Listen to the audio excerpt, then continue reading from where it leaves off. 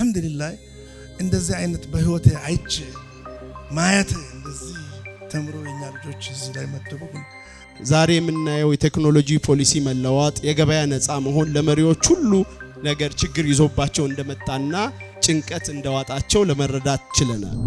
የሀገራችን ቢዝነሶች አብዛኞቹ የቤተሰብ ቢዝነሶች ናቸው።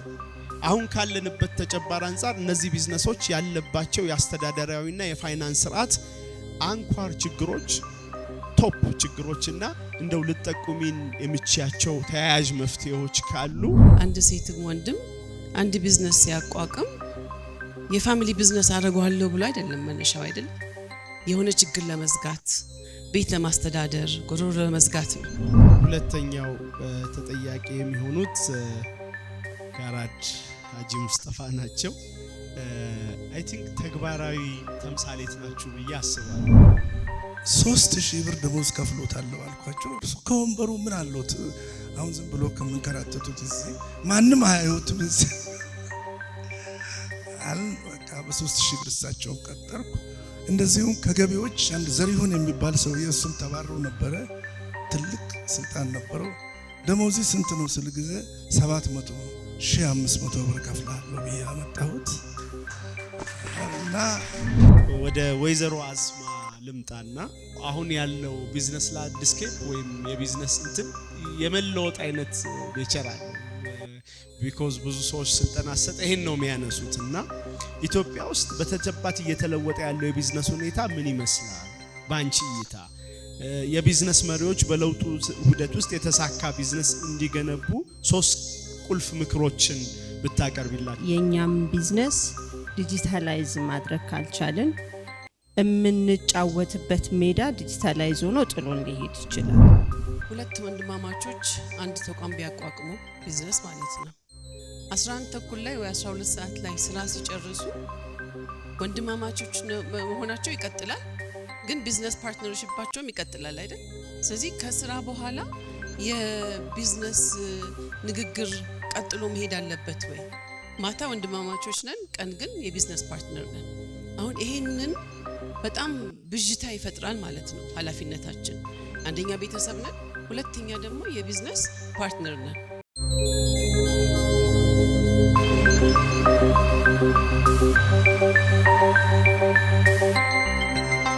የተከበሩ ክብርት ወይዘሮ ህክመት አብደላ የኤፍኤስዲ ኢትዮጵያ ዋና ስራ አስፈጻሚ፣ የተከበሩ ክብርት ወይዘሮ አስማ ረዲ በኢትዮጵያ ኢንቨስትመንት ሆልዲንግ የቺፍ ፖርትፎሊዮ ዘርፍ ዋና ኃላፊ፣ የተከበሩ ሀጂ ጋራድ ሙስጠፋ አወል የታዋቂው ሙለጌ ኃላፊነቱ የተወሰነ የግል ማህበር ዋና መስራችና ዋና ስራ አስኪያጅ፣ የተከበራችሁ የተለያየ ድርጅት መሪዎች፣ ስፖንሰሮቻችን፣ ጥሪ የተደረገላችሁ እንግዶች፣ የዕለቱ ተመራቂዎች፣ ክቡራንና ክቡራት፣ በመጀመሪያ በዚህ አይነት ልዩ በሆነ በሀገራችን የንግድና የአመራር ጉዞ ላይ አዲስ ምዕራፍ ይከፍታል ተብሎ በሚታሰበው የአመራርነት ጉባኤ ላይ ስለተገኛችሁ በራሴና በቢልኮር የአመራርነት ተቋም ስም የተሰማኝን ጥልቅ ደስታ ለመግለጽ እወዳለሁ። ዛሬ እዚህ የተሰበሰብነው ነገን ለመገንባት ጠንካራ ኢትዮጵያና ለምናስተዳድራቸው ተቋማት የለውጥ ስንቅ ለመቅሰም አስበን ነው። በዚህ የሊደርሺፕ ሰሚት መሪ ቃል ሊደርሺፕ ስሩ ቼንጅ ናቪጌቲንግ ኢትዮጵያንስ ኒው ቢዝነስ ላንድስኬፕ የሚል ነው። ይህ መሪ ቃል በምኞት የተመረጠ ሳይሆን አሁን የምንኖርበትን ተጨባጭ እውነታ ወደፊት የሚገጥሙንን ግዙፍ እድሎችና እንዲሁም ተግዳሮቶች የሚዳስስ ነው። ክቡራን እንግዶች፣ ለውጥ ምርጫ አይደለም። ለውጥ ልንገፋው የሚገባ የማይቀየር እውነታ ነው። ዓለማችንና ሀገራችን ኢትዮጵያ በአሁኑ ወቅት በከፍተኛ የሽግግር ወቅት ላይ ትገኛለች። ቴክኖሎጂው፣ የገበያ አወቃቀሩ፣ የፖሊሲ አቅጣጫዎች፣ የተጠቃሚዎች ፍላጎት በከፍተኛ ፍጥነት እየተቀያየሩ ይገኛሉ። በዚህ አውድ ውስጥ ለውጥን እየመራን የመሪነት ሚናን ለመጫወት የትላንትናውን ስኬት ብቻ ይዞ ዛሬን መሻገር እንደማይቻል መገንዘብ ያስፈልጋል። ዛሬ እዚህ የተገኘነው ይህን የለውጥ ማዕበል እንዴት በብልሃት ተሻግረን ድርጅታችንን ወደ ስኬት ወደብ እንደምናደርስ ለመመካከር ነው። ጠንካራ ድርጅት የሚገነባው በጠንካራ መሪዎች ስለሆነ ጠንካራ መሪዎች ደግሞ በማይናወጥ የድርጅት ባህል ላይ ይሰራሉ ይላል። ባለፉት 3 ዓመታት ከ1000 በላይ የሚሆኑ መሪዎችን፣ ወጣት ባለሙያዎችን እንዲሁም ከፍተኛ የሥራ አመራሮችን ስልጠና ስንሰጥ ቆይተናል። ነገር ግን ስኬታችን የሚለካው ባሰለጠናቸው ሰዎች ቁጥር ሳይሆን እውነተኛ ውጤታችን የሚታየው በሰለጠኑ መሪዎች አማካኝነት ምን ያህል ድርጅቶች ተለወጡ የሚለውን ጥያቄ ስንመልስ ነው። ከስልጠናው ባሻገር ማማከርን፣ ኮቺንግን፣ የተለያዩ ስራዎችን ስንሰራ ቆይተናል።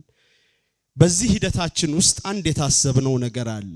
ዛሬ የምናየው የቴክኖሎጂ ፖሊሲ መለዋወጥ፣ የገበያ ነፃ መሆን ለመሪዎች ሁሉ ነገር ችግር ይዞባቸው እንደመጣና ጭንቀት እንደዋጣቸው ለመረዳት ችለናል።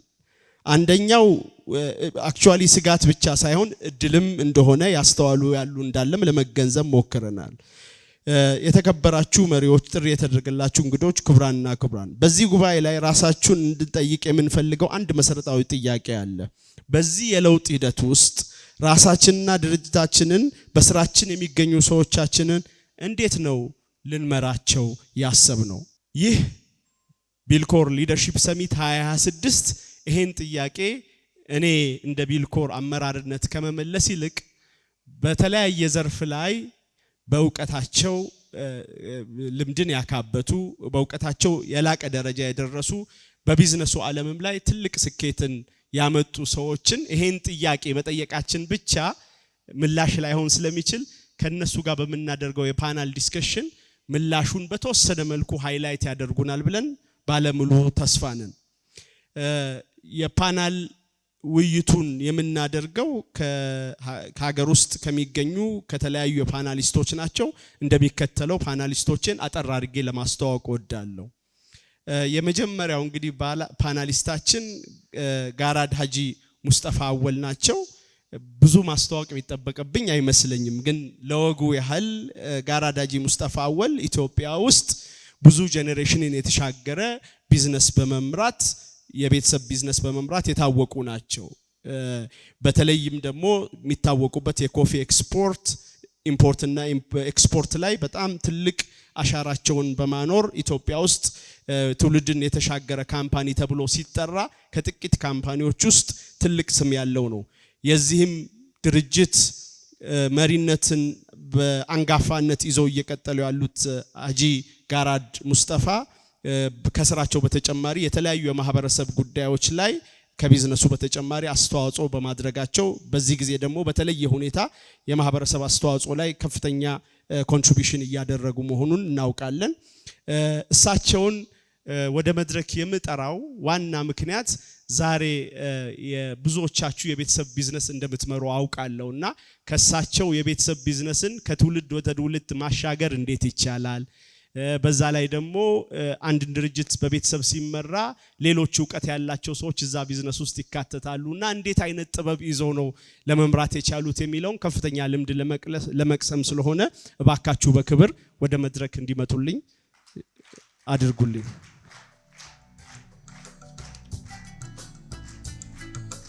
ሁለተኛ አክቹአሊ ኦርደር አይደለም፣ ይሄ ጀስት በወረቀቱ ባለበት ኦርደር ነው እያቀረብኩ ያለሁትኝ። ሁለተኛ የፓናሊስቴ ክብርት ህክመት ትባላለች። እኔ እንኳን በቅርቡ ነው ያወቅኳት። ሳውቃት አንዳንድ ነገሮቿን በጣም ሳጠና እንዴት ነው እስከዛሬ ያላወቅኩሽ ብዬ ስሞግታት ነበር። በአሁኑ ሰዓት የኤፍኤስዲ ድርጅት ዋና ስራ አስኪያጅ ሆና እየመራች ነው። ከዚህ በፊት በርካታ ድርጅቶች ላይ ትልቅ አስተዋጽኦ አድርጋለች። በፋይናንስ ሴክተር ላይ ኢትዮጵያ ውስጥ አሉ ከሚባሉ መሪዎች ውስጥ አንጋፋዋ ነች። ይህንም በተለያዩ ኃላፊነት በመውሰድ በተግባር ማረጋገጥ ትችላለች። ከዚህ ቀደም በአካውንቲንግ እና ኦዲቲንግ ቦርድ ላይ አዘ ፎርመር ዳይሬክተር ሆና አገልግላለች። በተለያዩ የፋይናንሲንግ እና የሪፖርቲንግ ስታንዳርድ ላይ የራሷን አስተዋጽኦ አድርጋለች። ከዚህም በተጨማሪ ፋይናንሻል ማርኬቱ ላይ ትልቅ ኮንትሪቢዩሽን የእውቀት ኮንትሪቢዩሽን ስታረግ ቆይታለች። ወይዘሮ ህክመት የፋሚሊ ቢዝነስ የሚባል ድርጅት እንትን አለ አሶሲዬሽን አለ ማህበር የዛም ቦርድ ቼር ሆና እያገለገለች ትገኛለች። ከዚህ በተጨማሪ she is a founding member of Ethiopian Capital Market ታውቁታላችሁ በቅርብ ጊዜ የተቋቋመው የኢትዮጵያን ካፒታል የዛም የቦርድ አባል ሆና አገልግላለች። ብዙ ፋይናንስ ጋር የተገናኙ ድርጅቶች ላይ አሁን ታይም አይኖረኝም ሁሉንም ለመጥቀስ ትንሽ ታይማችን ስለሄደ ትልቅ የሊደርሺፕ ሮልን እየተጫወተች ነው እየተጫወተም ትገኛለች። ወደፊትም በጣም ብዙ ትጫወታለች ብለን እናስባለን።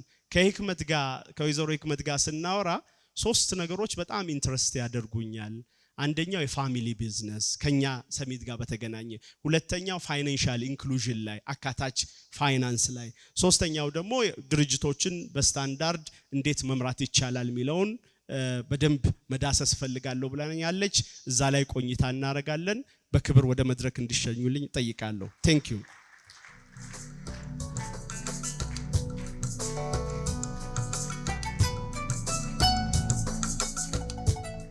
ቴንክ ዩ። ሶስተኛ ፓናሊስቴ አስማረዲ ትባላለች። አሁን ቺፍ ፖርትፎሊዮ ኦፊሰር አት ኢትዮጵያን ኢንቨስትመንት ሆልዲንግ ሁላችሁም ማታቁት ልትኖሩ ትችላላችሁ። ኢትዮጵያን ኢንቨስትመንት ሆልዲንግ በዚህ ሰዓት ትልቅ ስራ እየሰራ ያለ ትልቅ ድርጅት ነው። በኋላ በደንብ ታስተዋውቃለች። የዛ ቺፍ ፖርትፎሊዮ ኦፊሰር ሆና እያገለገለች ነው። ከዚህ በፊት የተለያዩ ድርጅቶች ላይ በተለያየ ማዕረግ ስትሰራ ቆይታለች። ከ15 ዓመት በላይ ትራንስፎርሜቲቭ ቼንጅ ላይ በተለያዩ የኢትዮጵያን ፐብሊክ ሴክተር ላይ ስታገለግል ቆይታለች። ስፔሻሊ ፐርፎርማንስ ማኔጅመንት ላይ ስትራቴጂክ ኢንቨስትመንት ላይ ትልቅ ስራ እየሰራች ትገኛለች። ከዚህ በተጨማሪ ወይዘሮ አስማ ከገቨርነንስ እና ከሊደርሺፕ በተጨማሪ የዲጂታል ትምህርት ላይ ብዙ የገፋች ነች። እኔ እንደውም ስላት ነበር ትንሽ ኢንፎርማል አድርገውና የገቨርነንስ እና የዲጂታል ሁለቱ በጣም አሁን በዚህ ሰዓት ላይ ኢምፖርታንት የሆኑ ነገሮች ፎከል ኢንተርሴክሽን ፖይንት መሆን የሚችነሽና እነዚህን ሁለቱን ኢንተርሴክት የሚያደርጉት ላይ በደንብ ብታስተዋውቂን ብዬ በዚህ መድረክ ጋበዝኳት። ትምህርቷ ኤምኤ ኢን ፒስ ኤንድ ሴኩሪቲ አላት፣ ኤምኤስሲ ኢን ኮምፒውተር ሳይንስ አላት፣ ቢኤስሲ ኢንፎርሜሽን ሲስተም አላት። ሁሉም ከአዲስ አበባ ዩኒቨርሲቲ ያው ከኔ ዩኒቨርሲቲ ስለሆነ አም ፕራውድ ኦፍ ዳት። ከዚህ ቀደም የሰላም ሚኒስትር ላይም ብዙ አገልግሎት ሰጥታ ኔሽን ቢልዲንግ ላይ ፒስ ሜኪንግ ላይ ብዙ ኮንትሪቢዩሽን አድርጋለች። ወይዘሮ አስማን እባካችሁ ወደ መድረክ ሸኙልኝ።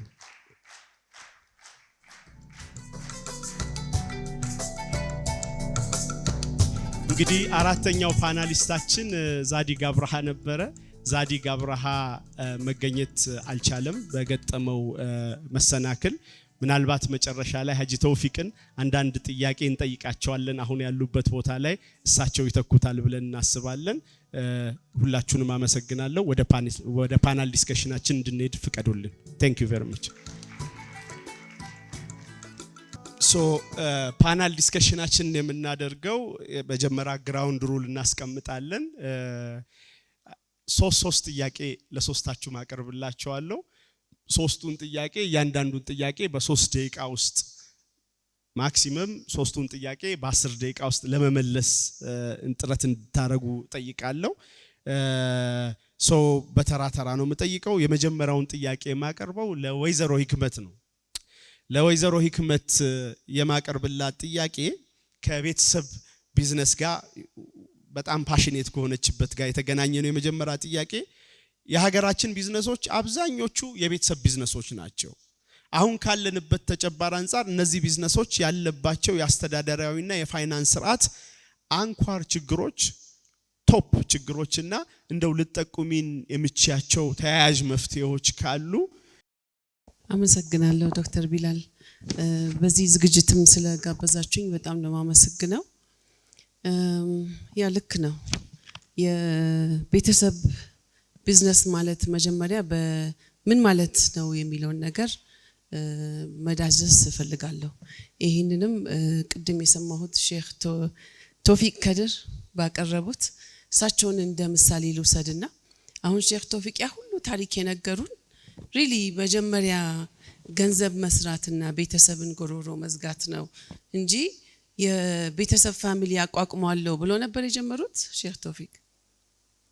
ስለዚህ መጀመሪያ አንድ ሴትም ወንድም አንድ ቢዝነስ ሲያቋቁም የፋሚሊ ቢዝነስ አደርገዋለሁ ብሎ አይደለም መነሻው አይደል? የሆነ ችግር ለመዝጋት፣ ቤት ለማስተዳደር፣ ጎሮሮ ለመዝጋት ነው። አሁን ምን እየሆነ መጣ? ከዛ ተጀምሮ ግን ተለቅ ሲል ቤተሰብም እድሜ ሲገፋ ሲመጣ ይሄን ተቋም ምንድነው ማድረገው የሚል ጥያቄ ይመጣል በሰው። ለምን የዘላለም እድሜ ስላሌለን ማለት ነው። እድሜ ሲገፋ ብቻ አይደለም ሰው የሚያልፈው። ይሄንን በጣም እንዘናጋለን በብዙ በእኛ ኮሚኒቲ ስፔሻሊ። ስለዚህ ምን ማለት ነው? አንድ ያቋቋመው ሰው እዚህ ዓለም ላይ ካሌለ ማን ነው የሚያስቀጥለው?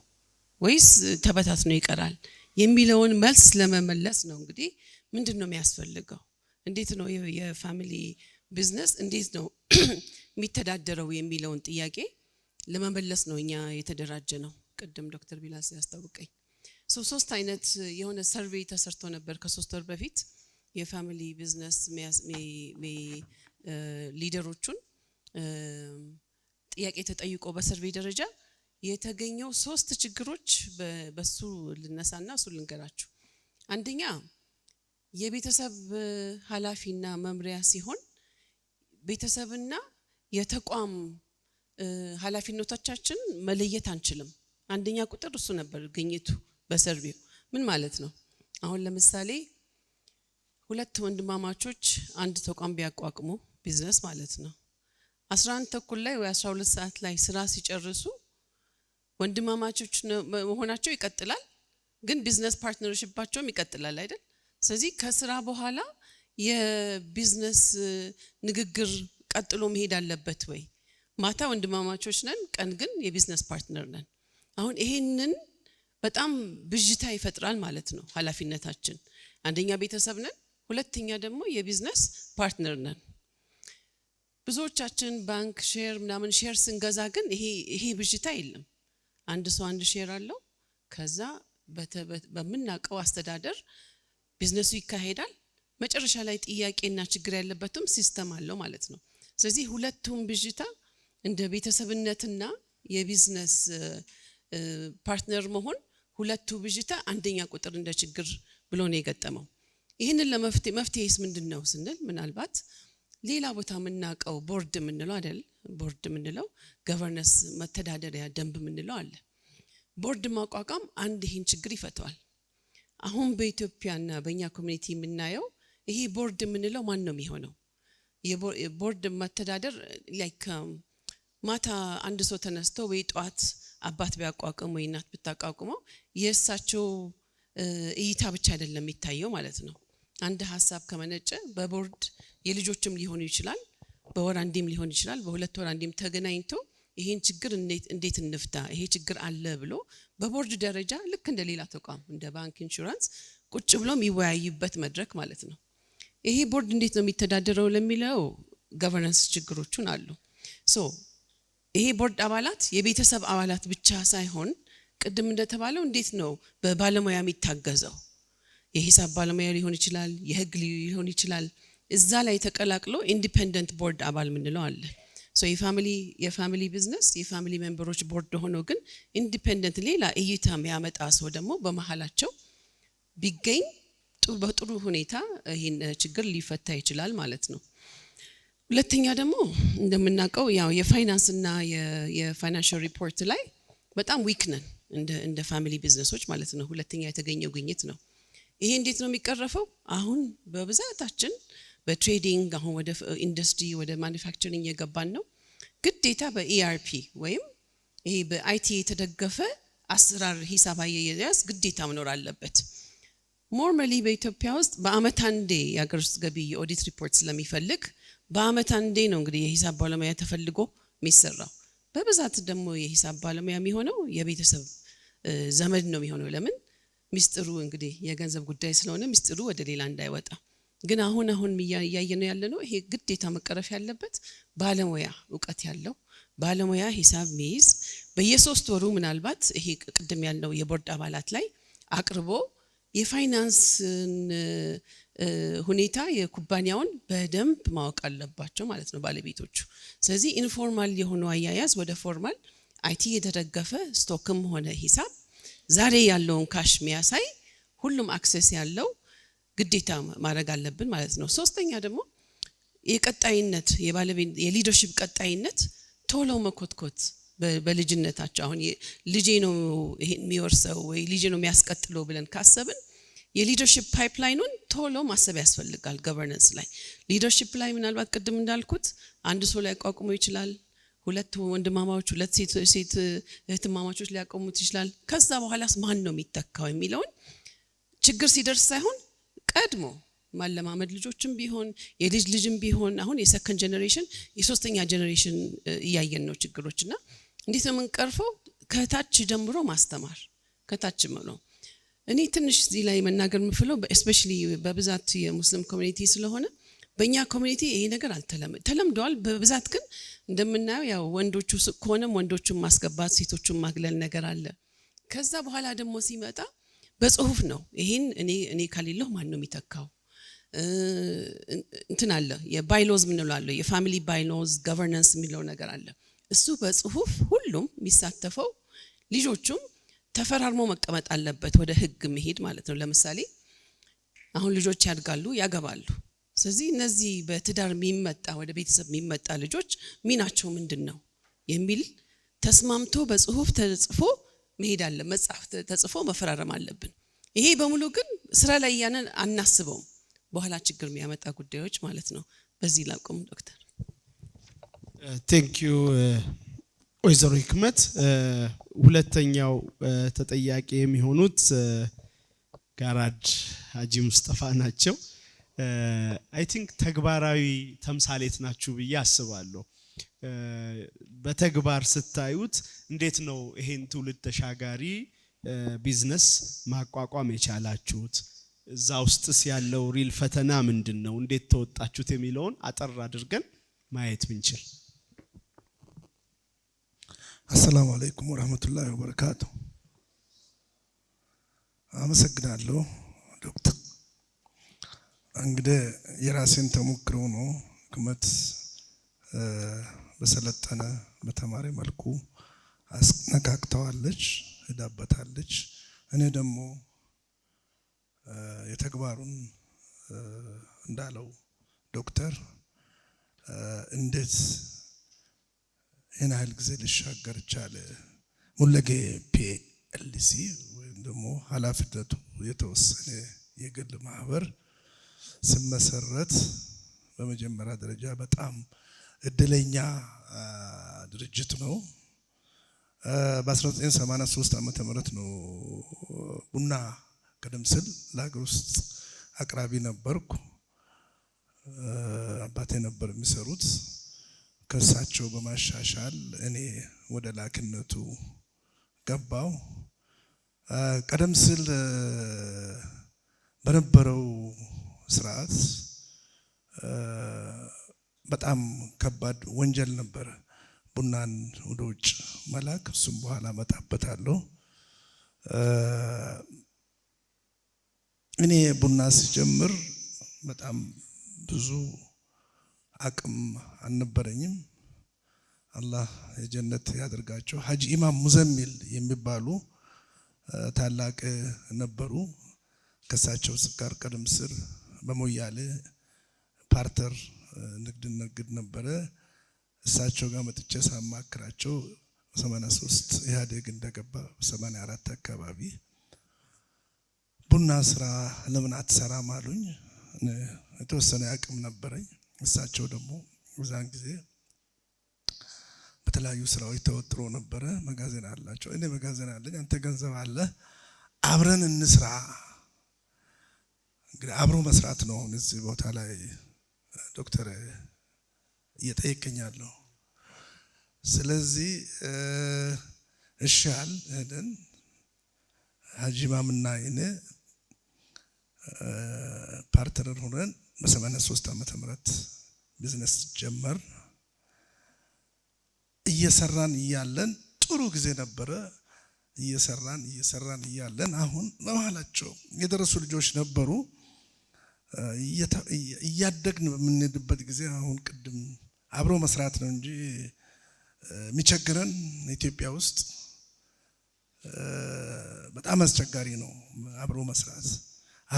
አብሮ መብላት ግን ኢትዮጵያውያኖች ማንም አይደርስብንም። ስለዚህ አብረን ጀመር መጨረሻ ላይ ሳንግባባ ቀረን። እሳቸውም የራሳቸውን እንዲልኩ እኔም የራሴን እንዲልክ በዛ መካከል በ85/6 ነው 87 አካባቢ የራስን ካምፓኒ ሙለጌ የሚለውን አቋቁሜ በትንሹ ስራ ሲጀምር የሚገርመው ነገር ኢህአዴግ ከዩኒቨርሲቲ 60 የሚሆኑ ምሁራኖችን አባረራቸው። ከቡና ገበያ ድርጅት ትልቅ ድርጅት ነበረ።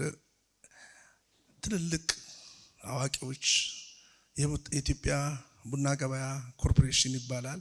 እነሱንም በተነ። ሚኒስትሮቹንም አነሳ። በዛን ጊዜ ምክትል ሚኒስትሩ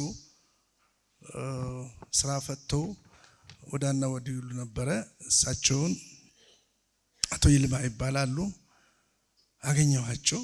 እሳቸው ጋር ድሮ ፍቃድ ለማውጣት ነው የሚሄደው። እኔ ገና ትንሽ እንቅስቃሴ ነው ያለኝ።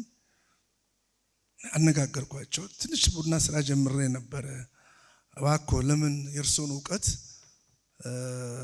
ለምን አብረን አንሰራም አሉኝ። ለዚህም ደረስክ? አዎ። ቮልስዋገን ነበራቸው በዛን ጊዜ። ደሞዞ ስንት ነው ስል የሚኒስቴር ደሞዝ ያኔ 1300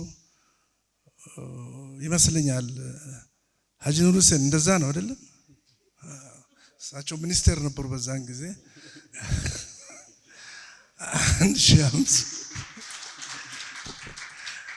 1500 ነው አሉኝ። እኔ ቢሮዬም ጠባብ ነኝ። ተክለሃይማኖት አካባቢ እኔና ሀጂ ሁሴን ያውቃሉ። ጸሐፊ ምናምን ነች። አንድ ወንበር ነው ያለችው። እሳቸው አሁን ማስታወቂያ ሚኒስቴር ትልቁ ህንፃ ላይ ነው ያሉት። ስንገባ ሁሉ እንቀጠቀጣለን፣ እንፈራለን። አክብረን ነው የምንገባው። ታዲያ የት ነው የሚቀመጠው አለው። አይ እዚህ ቁጭ ብሎ እኔ ለቂቄ ውጭ ይቀመጣለሁ፣ እርሶ በእኔ ወንበር ይቀመጣሉ አልኳቸው። 3000 ብር ደሞዝ ከፍሎታለሁ አልኳቸው። እርሶ ከወንበሩ ምን አለዎት? አሁን ዝም ብሎ ከምንከራተቱት እዚህ ማንም አያዩትም እዚህ በቃ በ3000 ብር እሳቸውን ቀጠርኩ። እንደዚሁም ከገቢዎች አንድ ዘሪሁን የሚባል ሰውዬ እሱም ተባረው ነበረ። ትልቅ ስልጣን ነበረው። ደሞዚ ስንት ነው ስል ጊዜ 700 ነው። 1500 ብር ከፍላለሁ ብዬ አመጣሁት እና በእንደዛ አይነት የተለያዩ ሰዎች በዛ ጊዜ ሰው ሞልተው ነበር። ሙለጌ ሲመሰረት የተሰጠን 3 ደቂቃ ስለሆነች በእንደዛ አይነት ነው ፋውንዴሽን። ምንም የማላውቅ ሰው የማውቁትን ሰዎች ሰብስቤ ከ5 እስከ 6 አመጣውና አስቀመጥኩ። የኢትዮጵያ ቡና ገበያ ቀማሽ ነበረ አቶ ኃይሉ የሚባል ጀርመን ሀገር ሰልጥኖ እሱም ተባረው ነበረ። ስንት ነው ደሞዝ? 500 ብር። 1000 ብር ቀማሽ። በዓለም ላይ ያሉ ሰዎች በሙሉ አቶ ይልማን ያውቃል። ዓለምን ዞሮ ቡና እየሸጠ የነበረ ሰው ነው። አቶ ኃይሉ ደግሞ ጀርመን ሀገር ሄዶ ሰልጥኖ የመጣ ቡና ቀማሽ ነው። እሱን ያውቃሉ። የፋይናንስ ሁሉም ታዋቂ ሰው ናቸው። እድል ነው መቼም የገጠመን በዛን ጊዜ። ስለዚህ በእንደዛ አይነት ተዋቀርን። በቃ የተሳካ ስራ። እኔ እግሬን ዘርግቼ ብቻ ገባለሁ ወጣለሁ። እነሱ ስራውን መስራት ጀመሩ። ስለ ቡና ብዙም አላውቅም ነበር። ኤክስፖርት ማናጀር እንደዚሁም ከነሱ ጋር አመጣን። በእንደዛ አይነት አድርገን ረጅም ጊዜ እኔም እየተማርኩ ከነሱ ልጆችም እየተማሩ፣ ባለቤትም በጣም ጎበዝ ነች፣ ሰው ማያዝ ትችልበታለች። እኔ ባለቤት በጣም የምትገርም ነች። በእንደዛ አይነት ነው ሙለጌ የተመሰረተው። ቴንክ ዩ ሀጂ።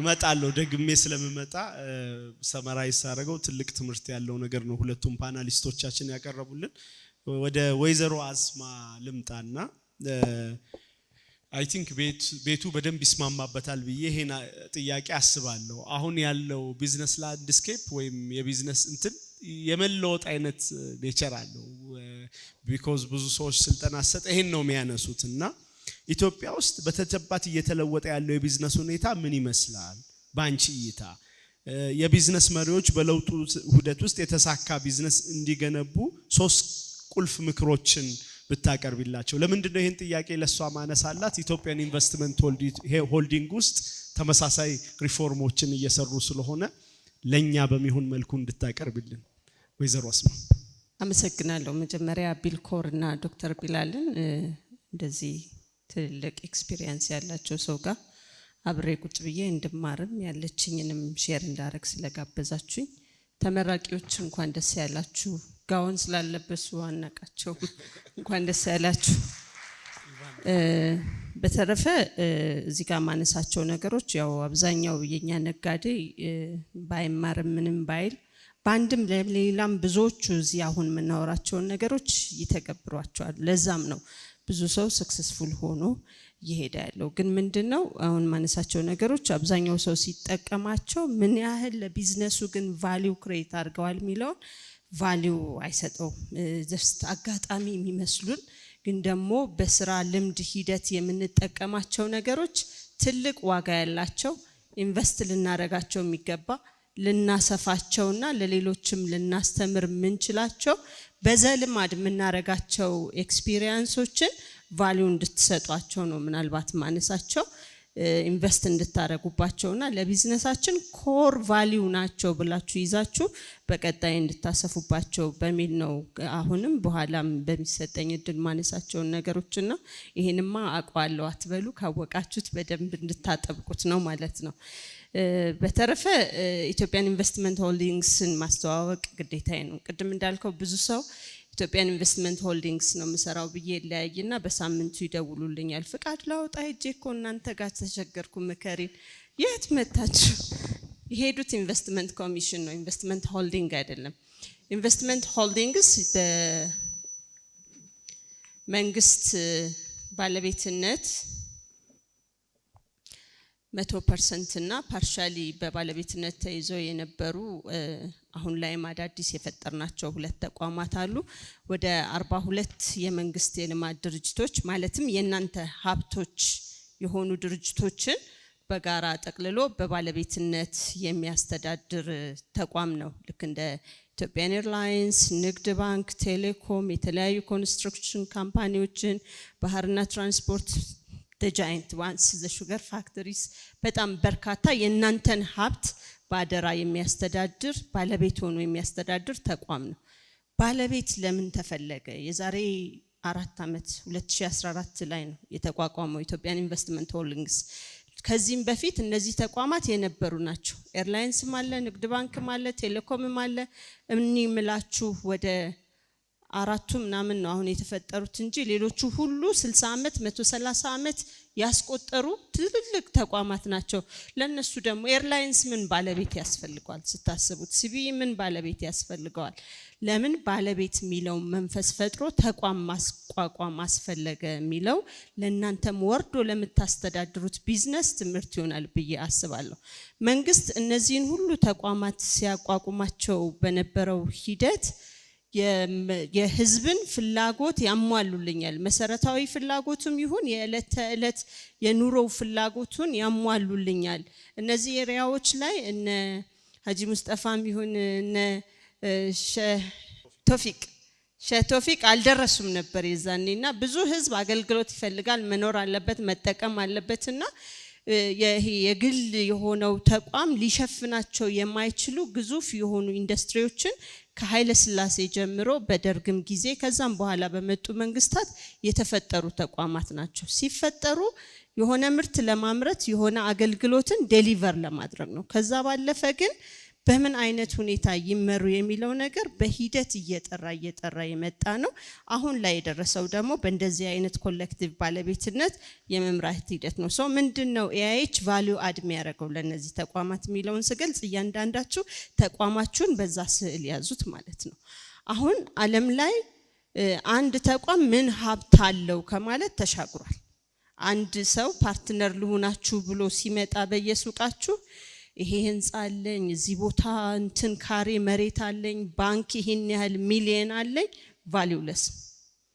ይሄ ሁሉ ሀብት ምን አይነት አሴት ነው መፍጠር የሚችለው የሚለው that is a transition። እኛም እንደ ኢትዮጵያ ትዝካላችሁ በኢህአዴግ ጊዜ ስለነበር ከዛ በፊት አላቅም ፖሊሲውን በደንብ ሊበራላይዜሽን እንደ ጠላት ተደርጎ ዝግ ኢኮኖሚ ነው የነበረን።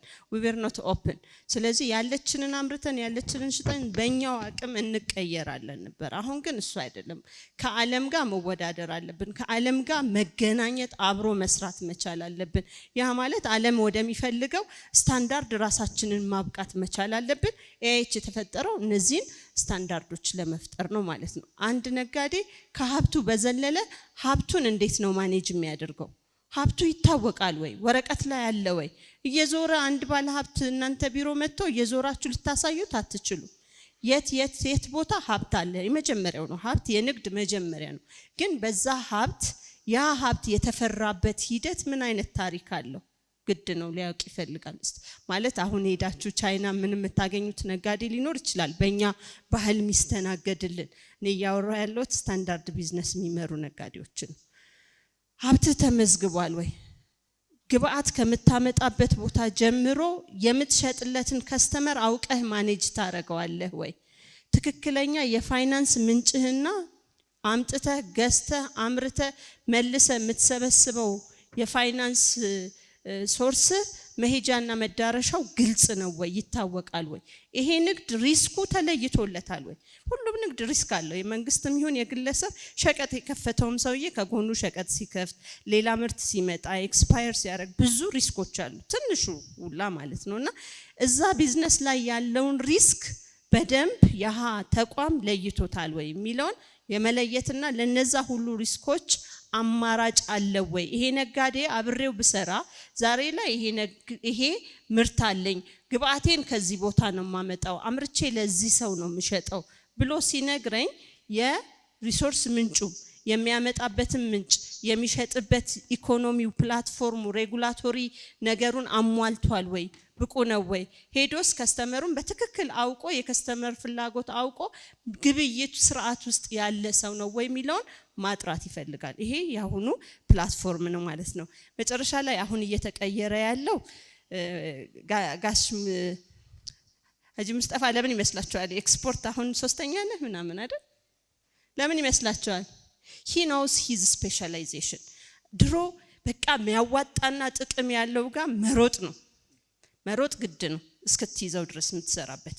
ግን በዛ ሂደት ውስጥ እንደ ሼህ ተውፊቅ ምንድነው የኔ ስፔሻላይዜሽን እና ፍላጎት የሚለውን ለይተ ዳይቨርሲፊኬሽን ኤንድ ስፔሻላይዜሽን እንለዋለን እኛ። በያንተ የምትፈልገው ነገር የት ቦታ ነው ያለው የሚለውን በትክክል መለየትና አንተ ነጥረህ የምትወጣበት ነገር ሊኖርህ ይገባል። ተወዳዳሪነት ማለት ይሄ ነው። ተወዳዳሪነት ማለት እንትና ሲያተርፍ እንትና የገባበት ላይ ያተረፈው ላይ ዘሎ መግባት፣ እሱ ከሰረ ስትል ሰግተህ ወደ ሌላ መሮጥ አይደለም። ዘላቂ የሆነ ያንተ ማንነትና ስፔሻላይዜሽን መፍጠር ያሁኑ ጊዜ ግዴታ ነው ብዬ አምናለሁ። በኋላ መጣ። እሺ ቴንክ ዩ በደንብ ወይዘሮ ህክመት የቤተሰብ ቢዝነስ ላይ ቁልፍ ያነሳችው ነገር ቦርድ የሚባለው ነገር ነው። ስለዚህ ቼክ እንድታረጉ የምፈልገው ትልቅ ተቋም ሆኖ ትልቅ ገንዘብ ረን የሚያደርግ ድርጅት ሆኖ ከቤተሰብ ውጭ ምን ያህል በእውቀት ኢንዲፔንደንት ቦርድ የዛ ሜምበር ሆኗል የሚለውን በደንብ አስምሩበት ማለት ነው። በእውቀት ምን ያህል እየተመራ ነው፣ ከቤተሰብ ውጭ ልምድ ያላቸው ሰዎች ምን ያህል እየመሩት ነው። ሀጂ ጋራድ ጋር ስመጣ በጣም የሚገርም ኦኬ ለዚህ ነው ለካ አልነገሩኝም ነበር እስከዛሬ። ድርጅታቸው ጋር ሲሄድ በደንብ እውቀት ስርዓት ይሸታልና ድርጅቱ የበቀለው ከእውቀት እንደሆነ አሳይተውናል። ምንም እንኳን የቤተሰብ ቢዝነስ ቢሆንም እውቀት ያለውን ሰው ታለንት አኮዚሽን አይደል የሚባለው አሁን በዘመናዊ ቋንቋ እውቀት ያለውን ሰው ቶሎ ወደ ራስ ማምጣትና ድርጅቱ በእውቀት እንዲመራ የማድረግን ታለንትን የመግዛትን ነገር በደንብ አስምረው ነግረውናል። ወይዘሮ አስማጋ ደግሞ ስንመጣ ምን ያህል ገንዘብ አለ አይደለም የጊዜው ጫወታ። አንድ ድርጅት ስንት ገንዘብ ስላለው ብቻ ድርጅት ነው አይባልም። ድርጅቱ ምን ያህል ከበስተጀርባ ያለው ስታንዳርድ፣ ህጋዊነት፣ አካሄድነት ሰስቴነብል እንዲሆን ስፔሻላይዜሽን ኖሮት ዳይቨርሲፊኬሽን ኖሮት ተስፋ ያለው ድርጅት ነው ብሎ መለካት ያስፈልጋል የሚለውን በደንብ ኖት እንድታረጉልኝ ነው የደገምኩላችሁ እንጂ በደንብ አብራርተውላችኋል። ወደ ሁለተኛው ጥያቄ ልሂድ። ይሄ ከሰዓቱ አይቆጠርም፣ አይዟችሁ፣ ከእናንተ የሚቀነስ አይደለም። ወደ ጋራድ ልመለስና ጋራድ ድርጅቱን አይደለም ምን እንደሆነም ቢነግሩን ጋራድ የሚለው ማረግ ማንሳት የምፈልገው ጥያቄ የእርሶ ድርጅት እርሶ የሚመሩት ድርጅት ብዙ ለውጦችን አልፈዋል። አሁን ያለው ለውጥ አለ ከዚህ በፊትና በተለያዩ ለውጦች ጊዜ ራሱን እንዴት አጠንክሮ ማለፍ ቻለ? ለውጦቹ እንዴት አልገደሉትም ወይም ወደ ኋላ አላስቀሩትም የሚለውን ነገር የእውነተኛ የሰራችሁትን ነገር ሚስጥርም ካለ ሚስጥሩን ቢነግሩን ጥሩ ነው። ምንድነው ሚስጥሩ የቀጠላችሁበት የዘለቃችሁበት? በድጋሜ አላህ ይስጥልኝ ዶክተር። ትንሽ የምታዳላ መሰለኝ ለሴቶች ሰዓት ይዤ ነበር የነሱ 5 ነው የኔ 2.59 ትንሽ ላዝናናችሁ ብዬ ነው። እና ፈተናዎች ብዙ ፈተናዎች ሙለጌ ላይ አንዣበዋል። በደርግ ጊዜ ከዛ ልጀምር ኃይለ ሥላሴ ከርኩ እንዴ ይሄ ሰው በኃይለ ሥላሴ ነው እንደተፈጠረው ብላችሁ ሌላ ሂሳብ ውስጥ እንዳትገቡ ነው። በደርግ ጊዜ ኢትዮጵያ ውስጥ አንድ ላኪ 500 ሺህ ብር በላይ ማንቀሳቀስ አይችልም። 500 ሺህ ብር ነው። አንድ ቤት ነው የሚኖረው። አንድ ንግድ ቤት፣ አንድ መኖሪያ ነው የሚኖረው። ከዛ ባለ በሙሉ ይወረሳል። የእህል ወፍጮ ሁሉ ተወርሷል። ቅድም የአባቴ መሬት ተወስዷል ብለዋል ሸሁ እዚህ። ስለዚህ በዛ ሰዓት ነው እኔ ንግዱን ይነግደው የነበረው እና ስራውን በምንሰራበት ጊዜ ትርፍ ስመጣ እኔ ያኔ ላኪ አልነበርኩም፣ አቅራቢ ነበርኩ። የኔ ሀብት ከ250 ሺህ ብር በላይ መሆን አትችልም። ከዛ ውጭ ካመጣኸው ሌላ ነገር ነው የሚከተለው። በእንደዛ አይነት ሁኔታ ነው ያለፍነው። መኪና ለመንዳት በሳምንት አሁን ተረት ይመስላችኋል እዚህ ያላችሁ ልጆች ወይም ደግሞ 15 ሊትር ነዳጅ ነው ይሰጥ የነበረው በሳምንት። ነዳጅ ማለት ደም ማለት በቃ በስሪንጅ ቀተ ወስደ እንደምሰጥ ነው መንግስት ይከታተለው የነበረው። ስለዚህ በዛን ጊዜ እየተሯሯጥን በዛም በዚህም እየሾለክን የሰው ልጅ በየቦታው በተለያየ መንገድ ሌላ ችግር ህይወትም እስከ ማጣት በሚደርስበት ሰዓት ነበር ተሽሎክልከን እንሰራ የነበረው። ስለዚህ በዛን ጊዜ እኔ ንግዴ ወላይታ ሶዶ ነበረ። ከወላይታ ሶዶ አዲስ አበባ መጣው። ትንሽ የሰውን ብዙ ሰው ስለሆነ ያህል ከዛ አስመራ በጂባ የሚባል ከአረብ ጋር ስራዬን ጀመርኩ። ሞያሌ ላይ እንደዚሁ አንድ ብራንች ከፈትኩ። ገንዘቡ እየጨመረ ሲሄድ ወደ ሌላ አካባቢ ነው ማድረገው በእቃ በምናምን ልክ። ስለዚህ እንደዚህ አይነት ፈተና ኖሮ ነው የሰራ ነው በዛን ጊዜ። ሌላው እንደገና በኢህአዴግም ጊዜ ሙለጌ በ40 ዓመት የለፋ ልፋቱ በአንድ ደቂቃ ባልሞላ ጊዜ ነው 40 ዓመት የለፋ ነው ንብረት ሁሉ የተወረሰው። ያለንም አልፈነዋል። ብዙ ነው ታሪኩ። እንኳን 3 ደቂቃ ምናልባት በተለያየ ሚዲያ ሰምታችሁት ሊሆን ይችላል። ስለዚህ ምንድነው ትልቁ ነገር? አሁን ሰሞኑን አንድ ቦታ ላይ አንድ ንግግር ሰምቻለሁ። አንድ ሰው ሞራሉ እስካልሞተ ድረስ ምንም ይሁን ምንም አፈር ልሶ ይነሳል። ዋናው ነገር ምንድነው? ተስፋ መቁረጥ አያስፈልግም።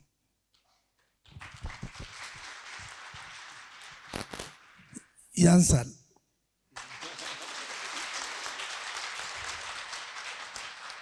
ስለዚህ ዋናው ነገር ምንድነው? ያለችኝ አንድ ደቂቃ ሆናለች። የተጨነቅኩ ነው ማወራው። ብዙ ነገር ነበር ተዘጋጅቼ የመጣሁት። ስለዚህ ትንሹን ከተናገርኩ በኋላ እንትን እላለሁ። በዛ መሰረት እየሰራን ሁኔታዎች እኔ ደግሞ በአንድ ቡና ልስራ እንጂ ከበስተጀርባው ሌሎች ስራዎችን እሰራለሁ። አሁን እህቴ እንደተናገረችው ከዚህም ከዛም እንደተናገረችው ጤናማ ስራ ነው የምሰራው። ቅድም እንደነገርኳቸው ልጆች አልደረሱም። ባዳ ነው ከኔ ጋር ያለው። የተለያዩ ምሁራኖች ናቸው ያሉት። 10 ሳንቲም ሳትቀር ለገቢዎች ጥሩ ግብር ከፋይ ነው ሙለጌ። ምክንያቱም ዛሬ አንተ ፋይናንስ ማናጀርህን እባክህ ይህን ስረቅ ብለህ ወይም ደግሞ እንዲህ አድርግ ብትል ነገ ያንተ አለቃ ነው የሚሆነው ያ ሰው። የዘላለም እሱ ባሪያ ነው የምትሆነው። ስለዚህ በትክክል ሂሳብን ሰርተ 100 ብር አትርፈ 35 ብር ለመንግስት ሰጥተ ሰላትን ሰግደ ተዝናንተ ትኖራለህ። ገቢዎች ሲመጡ እኔ እስካሁን ድረስ በህይወቴ ገቢዎች ጋር ሄጄ አላውቅም። በ40-50 ዓመት ልጆቹ ነው የሚሄዱት። እዛ የቀጠርኳቸው ሰዎች ናቸው። በአንድ ወቅት ንብረቴ ከተወረሰ በኋላ የባሰ መሬት ውስጥ ለማስገባት 30 ሚሊዮን ብር እዳ አለብህ ብሎ አመጡልኝ። የአሁኑ 30 ሚሊዮን እና የድሮ 30 ሚሊዮን ብር ይዩት። ይሄ እንግዲህ በ2001 ነው። እኔ ንብረቴ ተወርሶ ቤት ቁጭ ብያለሁ። መጡ ፋይናንሱ ሂሳብ ሰራተኛው 6-7 ናቸው። ምንም አልፈራም። በደንብ ነው ዶክተር ቪዲዮ አይቶታል። ፋይናንስ ክፍል ሰፊ ነው። ስመጡ ይሄው እኮ 30 ሚሊዮን ብር መጣ አሉኝ። ሰርቃችኋል? ሌቦች ናችሁ ነው ያልኳቸው። ራሳቸውን ሰርቃችኋል ወይ? ከሰረቃችሁ ንገሩኝ። እኔም አላውቀው ነገር አልሰረቅንም። በቃ ሄዳችሁ ተነጋገሩ አልኳቸው። ሄዱ፣ ተነጋገሩ። ከዛ ላይ 800 ሺህ ብር ነው አውርደነው መተናል። እቺ 800 ሺህ ብር ከየት መጣች ካልሰረክ በስተቀር አልኩት። ለምነውኝ እኔን መሬት ላይ ስጋ ከወደቀ ምንድነው አፈር ይዞ ይነሳልና እባክህን ይህን እንክፈልና እንገላገል አሉኝ። ስለዚህ ምንድነው አሁን እዚህ ያላችሁ ሰዎች አደራ የምላችሁ ነገር ሁኔታዎች ተለውጠዋል። ግብር ላይ እንኳን የሰራችሁትን ያልሰራችሁትን እያንዳንዱ ሰው የራሱ መዝገብ የራሱ ሂሳብ ሰራተኛ ካላተረፍክም በጣም ትሟገተዋለህ። አለቃው ማን ነው? ግብር ከፋዩ። አለቃው እኮ ያንተን መጥቶ የሚያሳድደው አንተን ደሞዝ የምትከፍለው እና እንዴት እንደሚያከብሩን እንደዚህ የምንሰራ ሰዎችን እንዴት እንደሚያከብሩን በየጊዜው እየተሸለምን ነው ያለነው። ለሁሉ ሰው እንመክራለን። ይኸው ካጠገቤ አንጋፋ ወንድሜ ሀጂ ሁሴን እዚህ አለ። እየጠራው እባካችሁ እናንተ ዘመዶቼ ግብር በትክክል ክፈሩ። ግብር ከከፈልክ አሁን ያየነው መንገድ ነው የሚሰራው። ግብር ከከፈልን ለወታደር ነው። ግብር ከፈልክ ለትምህርት ሚኒስቴር ነው። 100 ሚሊዮን ብር አትርፈህ አንተ 35 ሚሊዮን ብር ለመንግስት ብትሰጥ መቸገር የለብህም። ይሄን ውሰዱና ሄዱ። ዛሬ አደራ ነው የምላችሁ ወንድሞች እህቶች፣ በንግድ ዓለም ላይ ያላችሁ ቴንክ ዩ እናመሰግናለን። ማይክ ካስኩ ሳወራ ነው። እሺ ጥሩ ሐሳብ ነው ያነሱት። ወደ አስማ ልመለስ። ሁለተኛው ጥያቄ ላይ ቅድም ያነሳሻቸው ነጥቦች ነበሩ እና እሱን ወደ መቋጨት ስንሄድ ከምን ጋር እናገናኘው መሰለሽ? አሁን ብዙ የግል ድርጅት የሚመራ ሰው እዚህ ያለና አሁን ለውጥ መምጣት ሊበራላይዝድ እየሆነ ነው ማርኬቱና ካስተሳሰብ ጀምሮ መሪዎቹ አምነውበት የድርጅት ባህል እስኪሆን ድረስ ይሄ ጉዳይ አሁን ያለው ሞደርን የሆነው አሰራር ምን አይነት ነገሮችን ትመክሪያለሽ? እናንተ ድርጅት ያንን እርከን አልፈዋል ወይ የሚለውን አንስተሽ መቀጠል ትችላለሽ። እሺ አመሰግናለሁ። ከዛ በፊት ግን አንድ ጋራድን የጠየቀው ጥያቄ መልሼ ነው ማልፍ። ጋራድ ምን ማለት እንደሆነ አላቅም ማለት ያው እሳቸው የክብር ስም ስለሆነ ለራሳቸው ክብር ላለመስጠት ነው እንጂ ጋራድ ማለት ራሱ የጠነከረ ሌላውን ያጠነከረ ለሀገሩ ሚኖር ለህዝብ ሚኖር ከራሱ ያለፈ ሰው የሚሰጥ በስልጤ ባህል የሚሰጥ የክብር ስም ነው ጋራድ ማለት።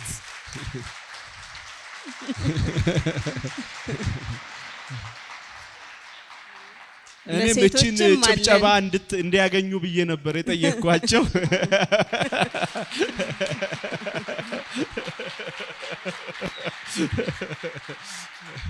ለሴቶችም አለን ጊስቲት ይባላል ማታውቁ ካላችሁ ብዬ ነው። እሺ ወደ ጥያቄው ልለፍ። አያው ቅድም እኔ ብቻ ሳልሆን በተደጋጋሚ ያው ከልምድም አንስተዋቸዋል ብዙዎቹ ነገሮች እንትን ማድረግ ነው። የመጀመሪያው እዚህ ቤት ላለን ሰዎች ቅድም እጅ ሙስጠፋ ያሉትን ነገር በደንብ ወሰዱት። ንጹህ ከሆነን ማንም አያስፈራራንም። ንጽህና አቅም ነው። በነገራችን ላይ እንዴት አለፉ ብለው ሲጠይቃቸው ዶክተር ብላል በዛ ሁሉ የሬጉላቶሪ ኮምፕሌክሲቲ እና ትራንዚሽን ውስጥ እንዴት ሰክሰስፉል ሆነው አለፉ የሚለው ኮምፕሊያንስ እንለዋለን እኛ። በቃ ህግ አክባሪነት ከምንም ነገር ይጠብቃል። ኦፍ ኮርስ ብዙዎቻችን ብር እየጠበቀን እዚህ ደርሰን ሊሆን ይችላል።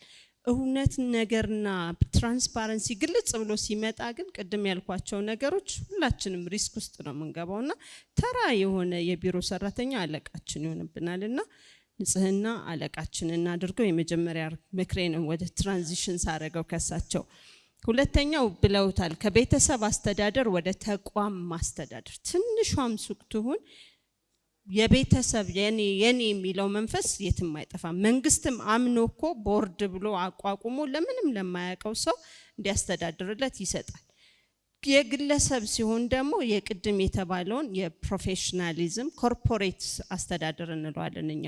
ትልቅ የፈጠርነው እኛ የኢትዮጵያ መንግስት የፈጠራቸው ተቋማት አብዛኛው በቦርድ ሲመሩ ነው የኖሩት ለአመታት። ግን ሲመሩ የመንግስት ባለስልጣናት ተሰብስበው ልክ እንደ ቤተሰብ ቦርድ ነው የሚመሩት።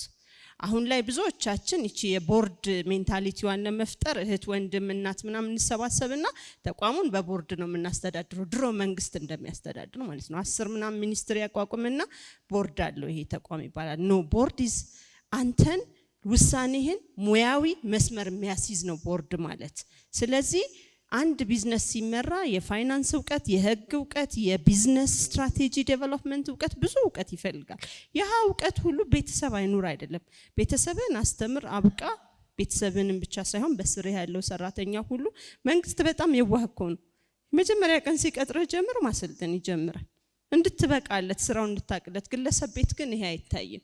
በተለያየ ፕሮፌሽናል ኢንቲቲ የጋራድ ትልቁ ስኬት ሙያ ነው የደገፈኝ ብለዋል። በቃ ይሄንን ሙያ ወደ ውሳኔህም ማምጣት የሆነ ኦፕሬሽን እንዲሰራልህ ገንዘብ እንዲያመላልስልህ ብቻ ሳይሆን ገንዘቡ የሚፈጠርበትና የተሻለ ሊያድግበት የሚችል ስፔስ ስጠው ለዛ ባለሙያ። ምን ትላለህ የሚለውን ያ ነው አንደኛው የመጀመሪያው መመክረው እዚህ ቤት ላለ ሰው ከትንሹም ቢዝነስ ቢሆን አቅም ያለው የተማረ ወይንም ደግሞ እዛ ነገር ላይ ግዴታ ዲግሪ ያዘ አይደለም እዛ ነገር ላይ ኤክስፖዠር ኤክስፒሪየንስ ያለውን ሰው ጠጋ አድርገን እናማክረው ስፔስ እንስጠው። በቦርድም ይሁን በፈለግነው ስትራክቸር እኛ ፕሮፌሽናሊ ቦርድ እንለዋለን። ግን የሆነ ምናማክርበት አንድ ስቴፕ ከመወሰኔ በፊት እዛች ጋር ሱቅ ከመክፈቴ በፊት ቁጭ ብዬ መሹራ መቀመጠው ሰው ግዴታ ነው ማለት ነው። በብዙ አንግል ሐሳብ ይሰጠኛል። ውሳኔው ግን የኔ ነው።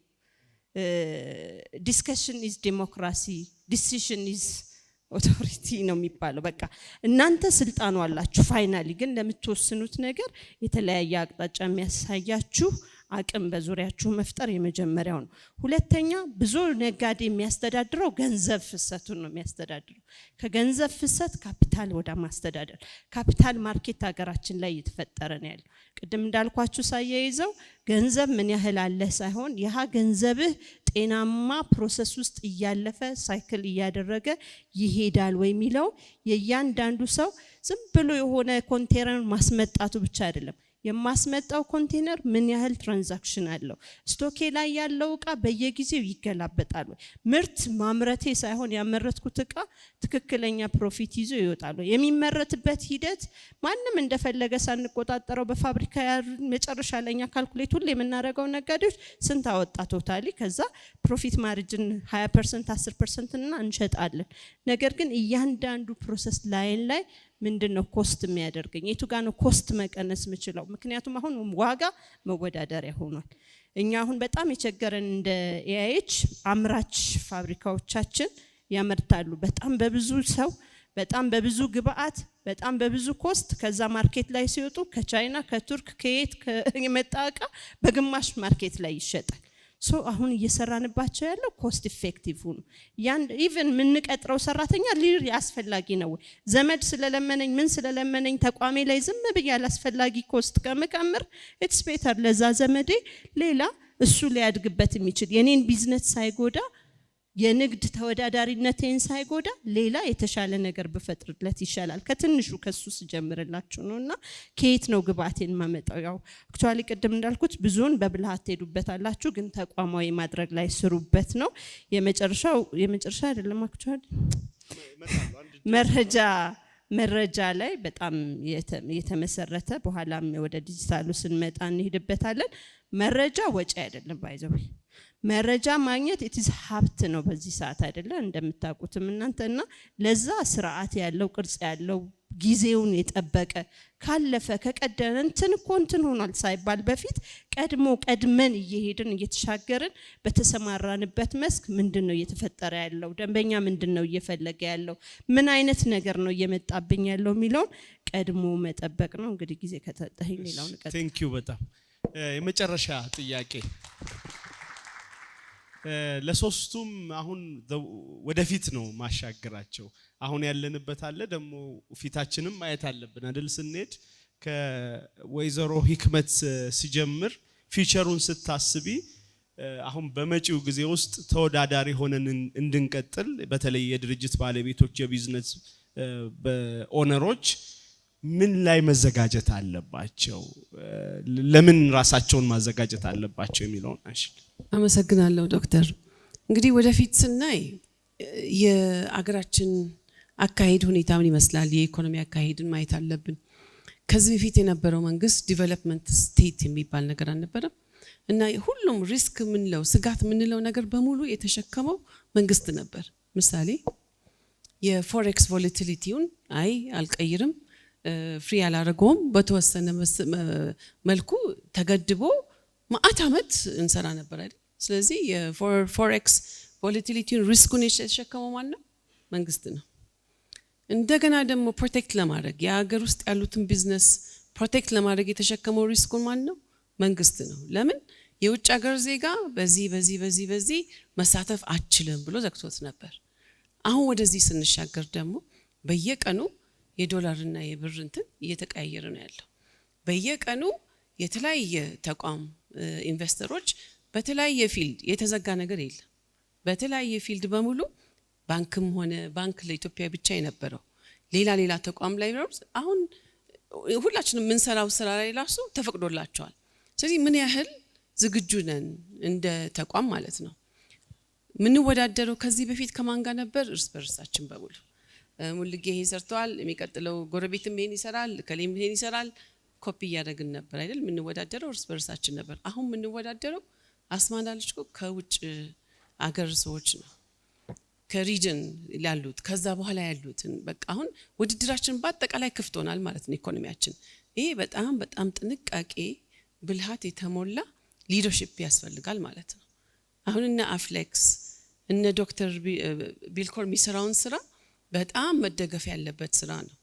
አውቆ አመራር አዳፕቲቭ ሊደርሺፕ የምንለው ላይ ማምጣት ያለበት እንግዲህ በትሬኒንግ በእውቀት የተሞራ አመራር ነው የሚያስፈልግን። እንደ ድሮ በቃ አቃለው ማቀው በቂ ነው ለምን ምንም የውጭ ሀገሩ ምን አለ ምን የለም ነገር አይመለከተንም ነበር። አሁን ቅድም አስማ እንዳለችው especially financial report ላይ ድሮ አካውንታንት ይቀጠራል፣ አካውንታንት የሰራውን አሜን ተብሎ ይቀበላል። አሁን ግን ሊደርሺፕ ያለን በሙሉ ይሄ ፋይናንሻል ሪፖርት ላይ የተጠቀሰው ነገር ቁጥሮች በሙሉ አንደርስታንድ ማድረግ ግዴታችን ነው እንደ ባህል እንደ ባለቤትነት።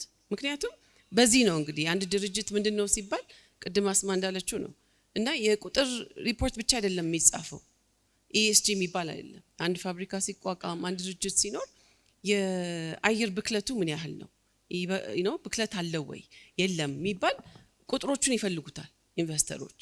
ከዛ ደግሞ የሶሻል አስፔክት አለ ESG ስንል ሶሻል ምን አይል አሁን ቫልዩ ቼን ምንላቸው ስራ ውስጥ ላይ ግባት የምትገዙበት ግባት የሚገዛበት ቦታ ራሱ ሶሻሊ አክሰፕተብል የሆነ ትናንሽ ልጆች ያሳትፋሉ ወይ በቫልዩ ቼን በሙሉ ተፈትሾ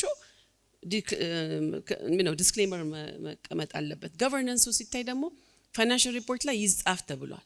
ይሄ ድርጅት ማን ነው CEO፣ ሊደርሺፑ ምን ይመስላል፣ የተማረ ነው ወይ ማን ነው፣ ገቨርናንሱ ምን ይመስላል፣ በቦርድ ነው ወይ የሚተዳደረው፣ የቦርድ አባላት ራሱ ተቆጥሮ ካፒታል ማርኬትስ ለምሳሌ አሁን ሊስት ለማድረግ አንድ ኩባንያ ቢፈለግ ቦርድ አባላት ካፒታል ማርኬትስ አፕሩቭ መደረግ አለባቸው። ምክንያቱም እውቀት ያላቸው ሰዎች ካሌሉ ሊስት ማድረግ አይቻልም ካፒታል ማርኬት ስቶክ ኤክስቼንጅ ላይ ማለት ነው። ስለዚህ ይሄ በሙሉ የመጣበት ጊዜ ላይ ቁጭ ብሎ አንድ ማስተርስ ይሻለው ወይ አንድ ዲግሪ ይሻለው ብሎ መቀመጡ ጊዜ ያለፈበት ነገር ነው። ኢቭን የተማረ ቢሆንም ማለት ነው ያልተማረው ስተው። ስለዚህ አዳፕቲቭ ሊደርሺፕ ምን አለ ዓለም ምን ላይ ነው ያለችው፣ ፒር ለርኒንግ ምን ነው አለ ወጣ ብላ ማየቱ አይደል። በእኛ ዲም ደግሞ በጣም ወጣ ማለቱ ትራቭል ማድረጉ በጣም ይደገፋል አይደል። አንዴ ቻይናዎች ምን ይላሉ ከአንድ ሀገር ወደ አንድ ሀገር ሰው ሲሄድ 1000 መጽሐፍ እንዳነበበ ነው አንድ ሰው ይላል። እውቀቱን ይዞ የሚመጣው ማለት ነው። በጣም ኢምፖርታንት ስለሆነ ብዙ ነገር ያያል ብዙ ነገር ስለምንማር። መጨረሻ ላይ ግን አስማ ብለዋለች ግን እንደገና ዳታ በቃ በቁጥር የተመሰረተ ዲሲዥኖች። አሁን AI አለ ቅድም ዛዲግም ብሎታል። AI ኢምፓክቱ ምንድነው? አዲስ ነገር ሲመጣ እንዴት ነው ኢምፓክት የሚደረገው እንደ ሀገር እንደ ተቋም እንደ ባለቤትነት ራሱ የሚለው ነገር አናላይዝ ተደርጎ በቦርድ ደረጃ እንደዛ አይነት ኮንፈረንስ አቴንድ በማድረግ ግዴታ ራሳችን አፕዴት እያደረግን መሄድ አለብን። የድሮ ዘመን አልቋል ብዬ ነው በጣም ማሳሰብ እንፈልግ። ቴንክ ዩ በጣም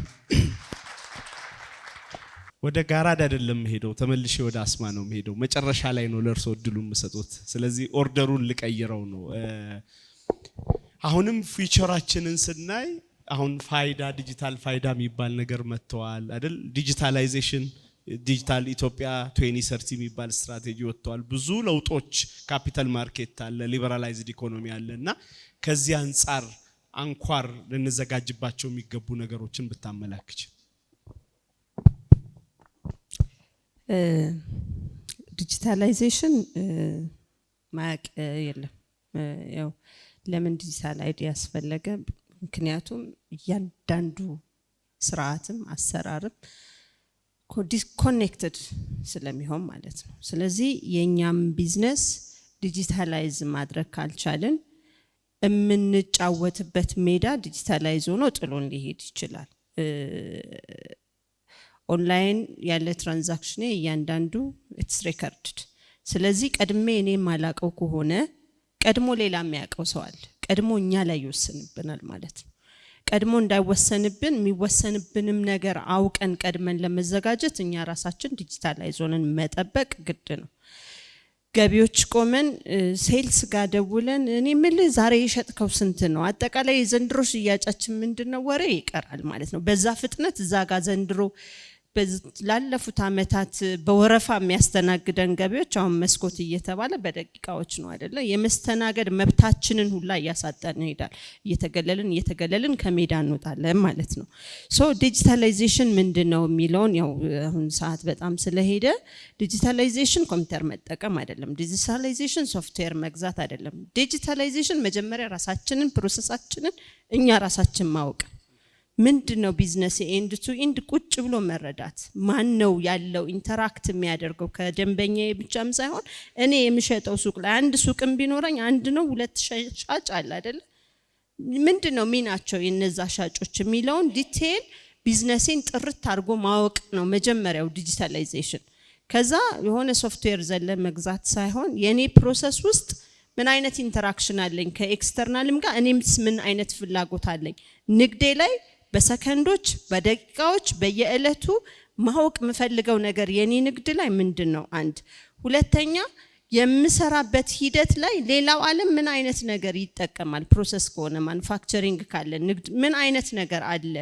መጀመሪያ ማወቅ ነው ጥርት አድርጎ ምንፈልገው ማወቅ አሁን ብዙ ጊዜ የኛ የልማት ድርጅቶች 2010 ላይ አይፋሪስ ሚል ነገር ነው ህክመት አመጡና አይፋሪስ እንትን ለማለት የአርፒ ኢምፕሊመንት አድርጉ ሁሉም ሚሊየንስ ያወጡ የአርፒ ሶፍትዌር ተጀመረ ይሄው እስከ ዛሬ ድረስ አብዛኛው አልፈጸሙትም ምክንያቱም ምንም አያውቁ ምንድነው ዲጂታላይዝ የሚሆነው የሚለውን ነገር ስለማያውቁ አሁንም ሶፍትዌር የሚለው ነገር ጀስት ኮምፒውተር ገዝቶ የሆነ ኔትወርክ አስገብቶ የሆነ ሶፍትዌር ሰንበዲ ይመጣና ይሞላብናል እንገዛለን ግን አናቅም ምንድነው የምንጠቀምበት ማን ነው የሚጠቀመው መቼ ነው የምንጠቀመው አናቅምና የዲጂታላይዜሽን መጀመሪያ ራሴ ማወቅ አጠቃላይ ስራአቴ ውስጥ ያለው አካል እንዴት ነው የሚጠቀመው የሚለውን ነገር አጥርቶ ከማወቅ ይጀምራል ሁለተኛ አሁን በፊት ሁሉ ነገር ከስክራች ቁጭ ብሎ እኔ ኮምፒውተር ሳይንስ ፕሮጀክትም ሰራ ከዛም በኋላ እንትን ስንል ቁጭ ብለን ምንድነው የምትፈልገው ያንዳንዱን ፍላጎት ቁጭ ብሎ በእንትን ብሎ ነበር ሊስት አድርጎ ከዛ ኮድ መጻፍ አሁን everything is on shelf ready made ነገር አለ ምንድነው የምፈልገው ፋይናንስ ላይ ነው ትራንስፓረንሲ የምፈልገው ፕሮሰስ ላይ ነው ኢንቨንተሪ ነው ማኔጅ ማድረግ የምፈልገው አንድ ሱፐርማርኬት አሁን የለኝም ካለ የሆነ ሶፍትዌር ማኔጅ የሚያደርግበት ዛሪን ሪስክ በጣም ፐርሸብል የሆኑ ኤክስፓየር የሚያደርጉ አንደኛ የራሳቸውን ብር ያጣሉ ወይንም ደግሞ ደንበኛቸውን አፌክት ያደርጋሉና ከዚች ሚኒመም የሱፐርማርኬት ንግድ ጀምሮ ትልልቅ ትራንዛክሽኖች ኢንቨንተሪያችን ምንድነው ከስተመራችን ምንድነው የትኛው እቃ ነው በጣም ቶሎ የሚሄደው የትኛው እቃ ነው የሚያተርፍልኝ የቱ ጋር ነው ፕሮዳክሽን ላይ በጣም ብዙ ሮ ማቴሪያል የምትጠቀመው አላስፈላጊ ዌስት ያለው በጣም ብዙ ነገር ይደግፈናል ዲጂታላይዜሽን እንዳልኩትም ደግሞ ቅድም ተጋግመን እንዳልነው ከኛ ፓርትነሮችም ይሁን መንግስትም ይሁን ከኛ ሬጉላቶሪ ግዴታ የሚጥልብን አካል የሚፈልጉ ነገሮችን ኦንላይን ሬዲ እናደርጋለንና ዝግጁ እናረጋለን ተወዳዳሪም ቢመጣ ዝግጁ የሆነ ዳታ ይኖረናል ዳታ ሀብት ነው ብያለሁ ቅድምና ከዚህ አንፃር ኢንቨስትመንታችን በጣም የተገደበ ፍላጎታችንን ያገናዘበ አሁን ፋይናንስ ብቻ ስለሆነ ትራንስፓረንት እንዲሆንልኝ የምፈልገው የፋይናንስ ሞጁል ወይ ከሸልፍ መግዛት ነው ወይ ደግሞ ባለሙያ ጠርቶ ማሰራት ይቻላል ዊዝ ሚኒመም አማውንት በኋላ ግን ምናተርፈው በጣም ብዙ ነውና መጨረሻ ዲጂታላይዝ ስንሆን አንደኛ ጊዜን ነው መንገዛው አንተ አውሮፓም ሁን አሜሪካም ሁን የሆነ ቦታም ሁን you know your business what's happening throughout your travel anywhere in the world ታቃለ ምን እየተፈጠረ ነው ያለው ብርህ ላይ ምንድነው እየተፈጠረ ያለው ኢንቨንተሪህ ላይ ምንድነው እየተፈጠረ ያለው ፕሮሰስህ ጋር የትኛው ደንበኛህ ነው የከፈለው ዱቤ ወሰደብህ ማን ላይ እዳ አለብህ ቶሎ መክፈል ያለብህ everything እቺ ትንሿ ማለት ዲጂታላይዜሽን ማለት ኮምፒውተር መጠቀም አይደለም ዲጂታላይዜሽን ማለት ሞባይላችሁ ላይ አፕሊኬሽን መጠቀም ነው that is simple that man ብዙ ሰው ዲጂታላይዜሽን ሲል ኮምፕሊኬትድ ያደርገውና የሆነ ከኮምፒውተር ከኔትወርክ ጋር ከመናምን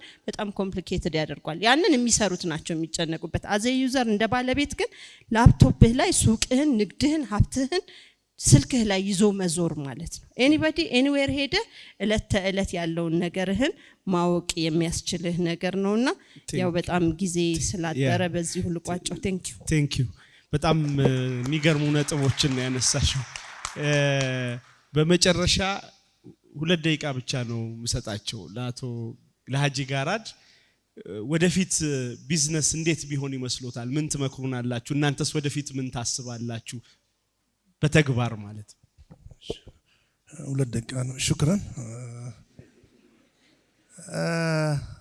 ምንድነው አሁን እኛ በመንሰራው ስራ እርሻ ውስጥ አለንበት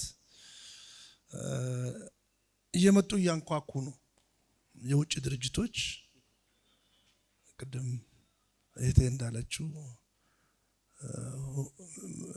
በእውቀት ላይ የተመሰረተ ስራ ነው መስራት ያለብን። እኛ በእውቀት ላይ የተመሰረተ ስራ ስንሰራ እንደ ዶክተር ያሉ ሰዎች አሉ እኛ ጋር ወደፊት ምን ነው ወዴት ነው የምንሄደውን የሚለውን ነገር ስለምነግሩኝ እኔ አንድ ፈረንጅ ወይም ደግሞ አንድ የውጭ ሰው መጥቶ ብዙውን ጊዜ አሁን በዓለም ላይ የምታያቸው ነገሮች በሙሉ ኮካኮላን ብትወዙት ኮካኮላ የተለያዩ ሰዎች ነው። ቶዮታን ብትወዙት ባለቤቱ ይሁን እንጂ ሼር ነው። በዓለም ላይ ትልቅ አሉ የሚባሉ ነገሮች በሙሉ ወጣ ወረደ ኤክስቼንጅ ሬት ሲወጣ ምን ሲወጣ ይሸጣል። ስለዚህ እኔ የኔን ድርጅት እርሻዬ ጋር ከሆነ አንድ ፈረንጅ መጥቶ ጥሩ ቴክኖሎጂ ይዞ ከመጣ ጥሩ ነገር ይዞ ከመጣ ብር ይዞ ከመጣ እኔ ከምሰራው በላይ አርገን ብንሰራ ጤናማ ስራ ልሰራ ትችላለህ። አሁን እኔ ጥሬ ቡና ነው የሚሸጠው። ያንን ጥሬ ቡና ለስታርባክስ ወይም ለዳርማየር ወይም ደግሞ ለኒስሌ ትልልቅ አሁን ኒስሌ የሚባል ድርጅት አለ። ምናልባት በኒዶ ታውቁት ይሆናል፣ በናን ታውቁት ይሆናል። 136 አመቱ ነው ይሄ ካምፓኒ። ግን ኢትዮጵያ ውስጥ አሁን ማን ነው ከአባት ወደ ልጅ የተላለፈለት? ጥቂቶች ናቸው። ቅድም ዶክተር ተናግሮታል። ስለዚህ ራሳችን ማዘጋጀት አለብን። በተለይ መጥቶ እንዳይጨፈልቀን ይጨፈልቀናል። በጣም አስፈሪ ሁኔታ ላይ ነው ያለነው በአሁን ሰዓት። ልክ አሁን አነስተኛ ንግዶች በተለያየ ምክንያት እንደተጨፈለቁት እነዚህ ከፍተኛ ሰዎችም ከፍተኛ ገንዘብ ይዘው መጥቶ ክሳራቸው ለተወሰነ ጊዜ ከስሮ አንተን ከገበያ ላይ ካወጡ በኋላ እንደሱ ባንድ ቼክ አሁን ኢትዮጵያ ውስጥ ያለች ቡና 3 ቢሊዮን ነች። 3 ቢሊዮን ዳርማየር ወይም ደግሞ ኒስሌ የሚባል ባንድ ቼክ ሊገዛት ይችላል። እቺን ቡናዋን ባንድ ቼክ። ስለዚህ ምንድነው አሁን በራችን ክፍት አድርገን ቅድም እህቴ እንዳለችው ያለን ነገር አሳይተን አብረን የምንሰራበት ሁኔታ ማመቻቸት፣ በራችን ገርበብ ሳይሆን በራችን ከፍተን መጠበቅ አለብን። ስለዚህ እኔ ራሴን እያዘጋጀሁ ነው ያለሁት። አላህ ይመስገነው ልጆችን አስተምሬያለሁ። ግን እየተማሩ እያሉ ምንም ስለ ቢዝነስ ብዙ ትንሽ ያሉ አውቁም ነበር። አንደኛው የመጨረሻ ልጄ ዲግሪውን ይዞ ከመጣ በኋላ ባባ አለኝ፣ አቤት ይሄ ሁሉ ገንዘብ እያለ ነው እኔ መኪና እያጠብኩና ዶሮ እየበለጥኩ አትላንታ ላይ ይማር የነበረው አለ። ጥሩ ነው፣ አሁን ዋኝበት ናና ችግሩን አይተሃልና አሁን ዋኝበት አለ። አሁን እነሱም የራሳቸውን ስራ በእውቀት ላይ የተመሰረተ ስራ እየሰሩ ነው ያሉት። ልጆቻችን ማስተማር አለብን። አሁን ለተባለውን ነገር ዘርዝረን የምንጨርሰው ነገር አይደለም። እዚህ ያላችሁ ሁላችሁም አንድ እንተዋወቃለን። ይኸው እነሱም በራቸው ክፍት ነው። ሌሎች ባለሙያዎች አሉ። አልহামዱሊላህ እንደዚህ አይነት በህይወቴ አይቼ ማየት እንደዚህ ተምሮ የኛ ልጆች እዚህ ላይ መጥተው እነ ዶክተር ብላለን አይነት መፈጠሩ ጥሩ ነው እና በግርድፉ ዝም ብዬ እንደ አባት አይናችሁን ክፈቱ። አመሰግናለሁ።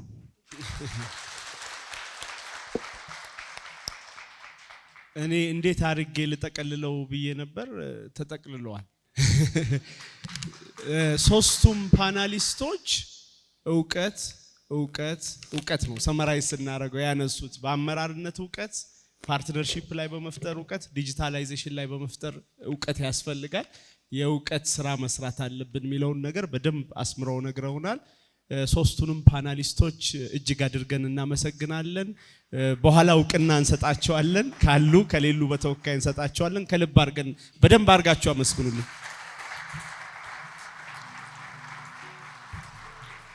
ቢልኮር ሙዳይ ወደ መሪነት በለውጥ ውስጥ እንዴት መምራት ይቻላል? የቢልኮር ሊደርሺፕ ሰሚት 2026 ከግለሰብ አልፈን ወደ ተቋም ማልማት እየተሸጋገርን እንገኛለን። ቤልኮር የአመራርነት ስልጠናና የምርምር ተቋም ነው። እኛ እንደ መገናኛ ብዙሃን እነዚህን ሰዎች እንደዚህ በቀላሉ ለማግኘት በጣም ይከብደናልና ግን እንደ ቤልኮር ያሉ ትልልቅ ሊደርሺፕ ላይ ያሉ ሰዎችን በዚህ መልክ በቀላሉ ለእናንተ ማምጣቱ ትልቅ ጭብጨባና ሞራል ያስፈልገዋልና ባካችሁ ለቤልኮር እንዲሁም ለእንግዶቻችን